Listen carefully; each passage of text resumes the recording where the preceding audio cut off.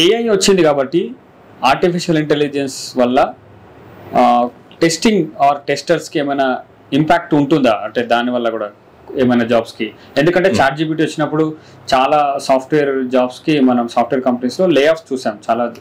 అటువంటిది టెస్టర్స్కి ఏమైనా ఉంటుందా?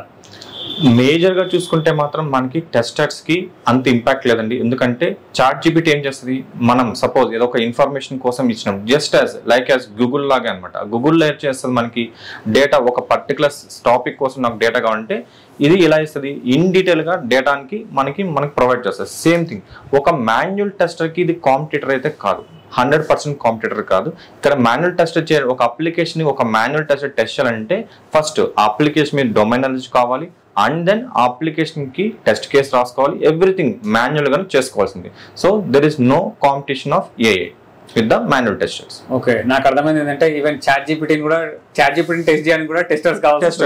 ఎగ్జాక్ట్లీ, అది టెస్ట్, అది కూడా ఒక వెబ్ అప్లికేషన్, దాని టెస్ట్ చేయాలన్నా కానీ ఒక మాన్యువల్ టెస్టర్ కావాలి.